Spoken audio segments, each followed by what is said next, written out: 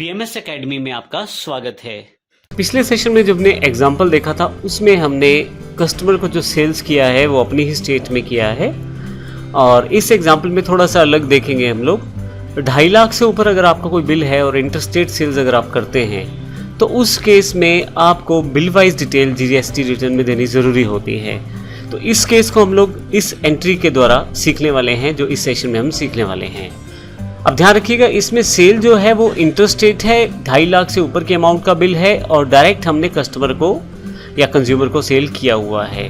तो जब भी रिटर्न में शामिल किया जाएगा तो इसे बिल वाइज डिटेल के अंतर्गत शामिल किया जाएगा। तो इसके लिए आइए देखते हैं क्या क्या अकाउंट्स हमें चाहिए। सबसे पहले यहाँ पे क्योंकि सेल्स इंटरस्टेट है तो सेल्स इंटरस्टेट का मैंने एक लेजर क्रिएट कर लिया है। कंज्यूमर लार्ज सेल पंजाब, मैंने एक कंज्यूमर बनाया है, पंजाब से है वो, और उसको संडी डेटर्स के अंतर्गत रखा है ताकि जब एंट्री करें तो वहाँ पे हम उसको शो कर सकें। डेल लैपटॉप एक स्टॉक आइटम क्रिएट की है। तो आइए देखें हैं इसकी एंट्री किस प्रकार से हम टैली में कर सकते हैं। अब यहाँ पे हम गेटवे ऑफ टैली के पास हैं। यहाँ से मास्टर्स में सबसे पहले लेजर्स क्रिएट करेंगे। अकाउंट्स इन्फो में लेजर्स में मैं यहाँ पे अल्टर का इस्तेमाल कर रहा हूँ, आप क्रिएट का इस्तेमाल करेंगे क्योंकि मुझे यहाँ एक लार्ज बिल निकालना है कस्टमर का, कंज्यूमर का 2.5 लाख से ऊपर का। तो इसके लिए मैंने एक इंटरस्टेट कंज्यूमर का अकाउंट क्रिएट किया है।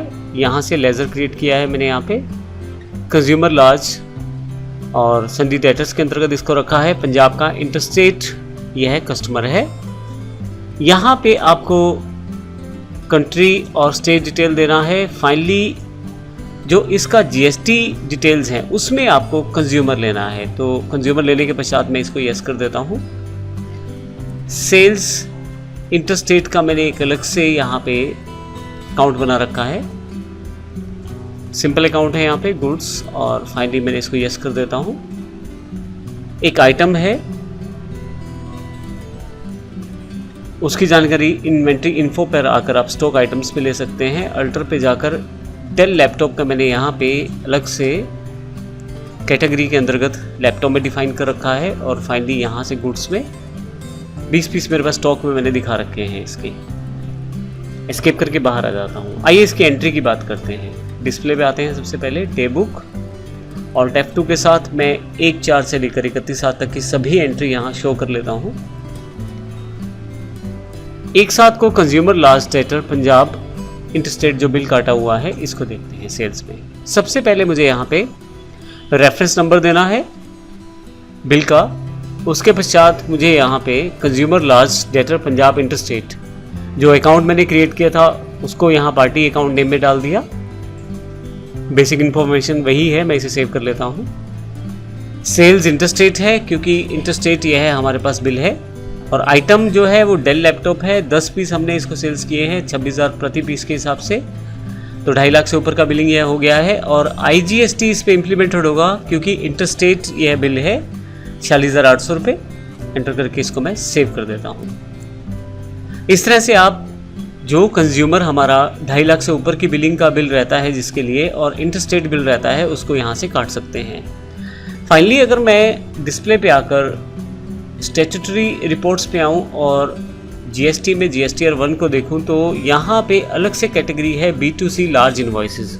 अभी यहाँ पे देखें आप शो नहीं कर रहा है, और ये इसलिए शो नहीं कर रहा क्योंकि मैंने जो अभी जो इन्वॉइस जनरेट किया है वो इनकम्प्लीट मिसमैच इन्फॉर्मेशन में यहाँ दिखाया जा रहा है। तो इसको मैं रिजॉल्व कर सकता हूँ।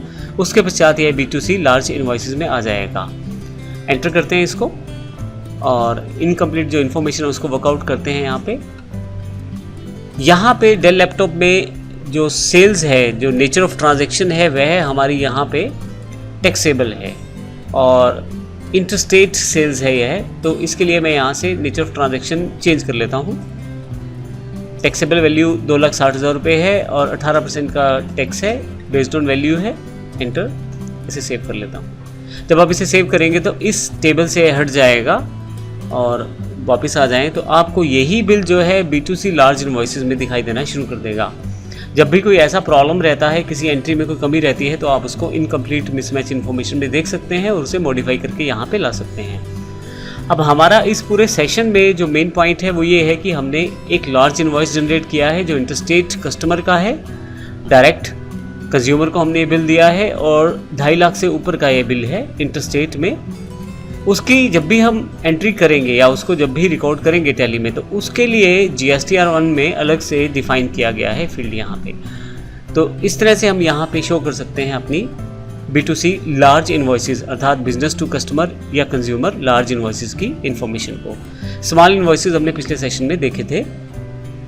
अब नेक्स्ट सेशन से हम बात करने वाले हैं रिटर्न्स के बारे में।